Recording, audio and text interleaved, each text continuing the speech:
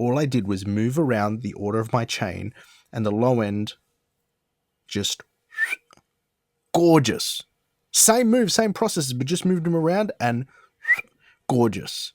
Let me play this track because I absolutely love it, and this is a testament to Lef. This is a testament to Jim McRae, the mixing engineer on here, and I just want to preface this with I'm not undermining the creative integrity of the original masters I send out, because I absolutely love them, I still love them, and they still stand up super strong, but this is about looking, analysing, and thinking, how can what we have be looked at and analysed and go, what, where, how, and what did I do, and what can be done to improve. Okay, and improve in not a demeaning way, but improve in a we are making ourselves stronger and better engineers. So let's play this. Burnt sky, you're the only one that feels it too.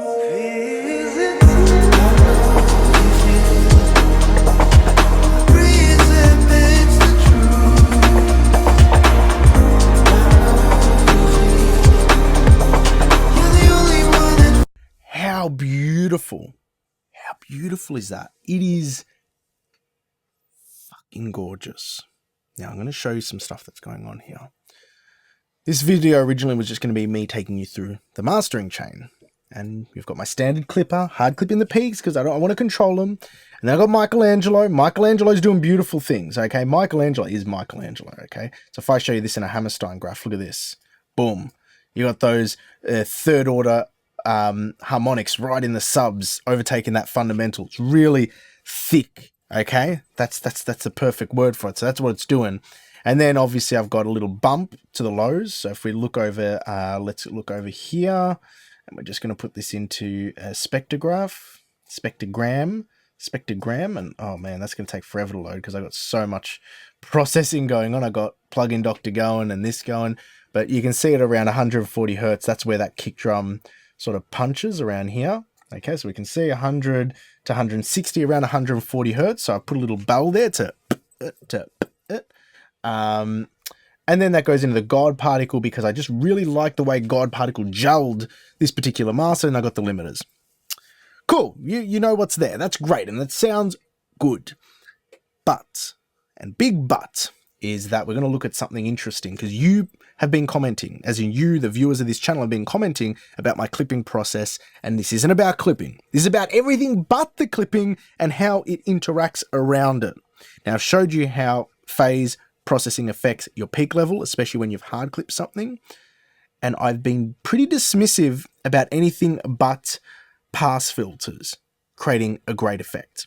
I've said, let's look at the God particle here.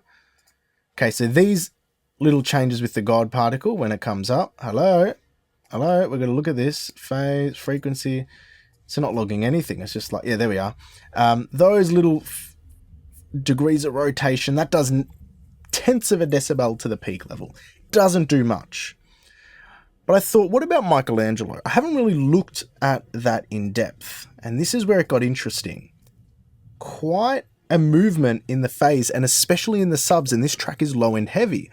So I thought, shit, am I clipping things to a 6 decibel ceiling only to compromise that all with the Michelangelo? People have said this, and I haven't explored it. So I need to explore because I need to make sure I'm always doing the best I can or learning and improving. So what I did was, I'm like, okay, well, let's take a look at this. I got the Michelangelo and put it after the clipper, which it is here, and rendered it. So the clipper is at -6 decibels. Then you've got Michelangelo, and look what it does to the peaks, okay? It actually goes up to -4.3. So I lose 1.7 decibels of headroom by product of placing that Michelangelo EQ after the clipper. Now, how much of that peak is generated from the additional harmonics and amplitude lift in the signal? Possibly some. And how much is to do with the phase rotation? Possibly some. So I thought, you know what, it's worth experimenting, and ultimately what we hear is probably the most, or is the best predicator on what we choose to do. Analyzing, great, and we're going to look at some more analysis, but we need to listen and go, well, is the proof in the pudding? So I thought, you know what we're going to do? I showed you that EQ boost before. So let's, so what I did was, is I got the Michelangelo EQ first up, going into the standard clip, going into the EQ. And I go, well, what's the peak value after that process? So instead of having that big phase rotation from the Michelangelo in the low end and the high end, post-clip, I'm going to place that before the clipper, and then I'll use the EQ afterwards. And I want to have a look at what happened to the peak level there. Now, you've got to remember, I'm doing a 1.5 dB boost on the low punch of that kick with the Sontec. And ultimately, that increased the peak level by a decibel. But that's also because I'm boosting frequency as well. So not only am I, like, it's not necessarily because of the phase shift, it's more because of the boost. Cool. Is it cleaner? Does it sound better? Now I have an additional 0.7 decibels of headroom to run into the rest of the chain. Is the rest of the chain a little bit more relaxed and whatnot? So all I've done here is move the Michelangelo pre-clipper, okay? That's pre-clipper and that's post-clipper to see does it sound better? Okay, is all of this jumbo margin sound better? And I found, and I gotta be honest, it does sound better with the Michelangelo before, specifically on the depth of the kick drum. So what I'm gonna do is I'm gonna highlight a kick drum, loop it, and go back and forth and listen. Please listen to the sub extension in the kick drum where it places. When the Michelangelo sits after the standard clip, I think the rest of the chain gets pushed a little bit more, it chokes up. Whereas the Michelangelo before the standard clip keeps it a little bit more open. That I'm not sure, I haven't looked far enough to tell you the exact technical reason, but all I'm saying is, and all I'm discovering at the moment is not just pass filters that affect the phase as something to be considerate of post-clipping. All processors are, and technically I should have been a little bit better to observe that when people were commenting. I wasn't, and this isn't for me to sort of like scratch over that. This is more for me to jump into this and just show you, and we can listen together.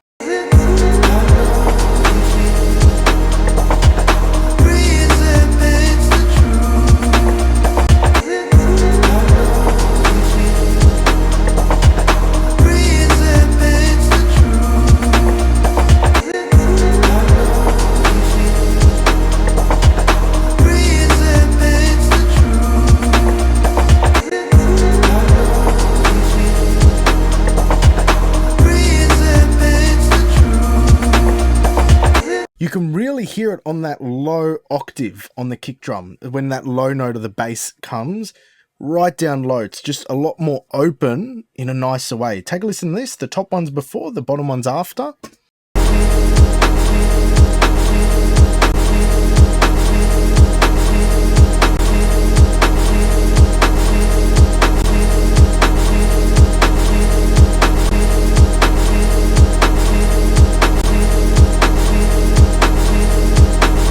So anyway, I thought I'd share that with you. I want to know your thoughts on this. This is just me post-match game review. This is a beautiful song. You need to go listen to the EP because every track on there I absolutely love. I'm in love with. I wouldn't be putting this up on a video if I was like, nah, this is bad. This is just a great EP. The masters sound great, and I just wanted to look at it with you guys, and then I found something where I feel like there's a marginal 0.2% of improvement, and I want your input.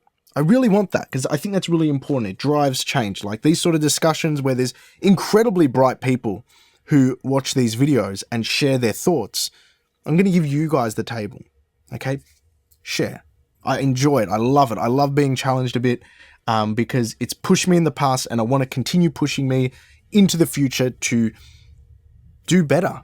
And do better alongside you and the community. So thanks for enjoying this, or I don't know if you enjoyed it, but thanks for watching this. I enjoyed it, as in putting this together. And until next time, take care.